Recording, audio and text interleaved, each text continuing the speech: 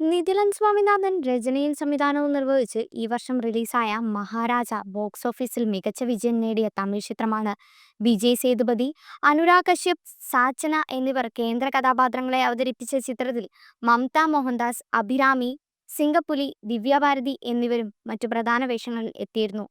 Vijay സേതുപതിയുടെ cinema ജീവിതത്തിലെ 50ാമത് ചിത്രമായിരുന്നു മഹാരാജ.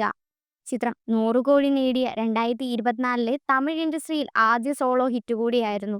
നിരവധി നിരൂപക പ്രശംസ നേടിയ ചിത്രത്തിന്റെ OTT റൈറ്റ്സ് നേടിയിരിക്കുന്നത് നെറ്റ്ഫ്ലിക്സ് ആണ്.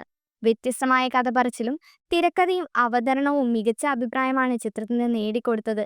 ഇപ്പോൾ ചിത്രം ചൈനയിൽ വൈഡ് റിലീസിന് ഒരുങ്ങിയിരിക്കുകയാണ്. മഹാരാജയുടെ ചൈന റിലീസ് തീയതി നവംബർ 29 ആണ്. ആലിബാബ പിക്ചേഴ്സിനൊപ്പം ഈഷി ഫിലിംസും ചേർന്ന് ഏകദേശം 4000-ലധികം ഷോകളിൽ ചിത്രം റിലീസ് ചെയ്യുമെന്നാണ് റിപ്പോർട്ടുകൾ.